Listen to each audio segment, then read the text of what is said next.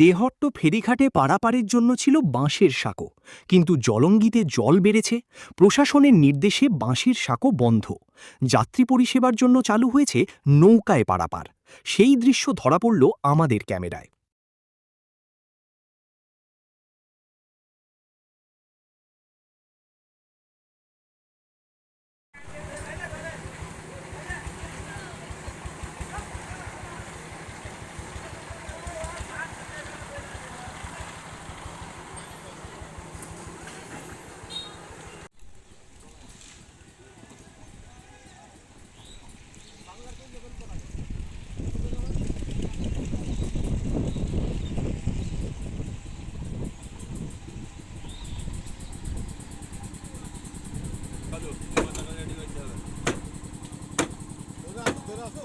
না না বলতে বাড়ি খাওয়া যায়।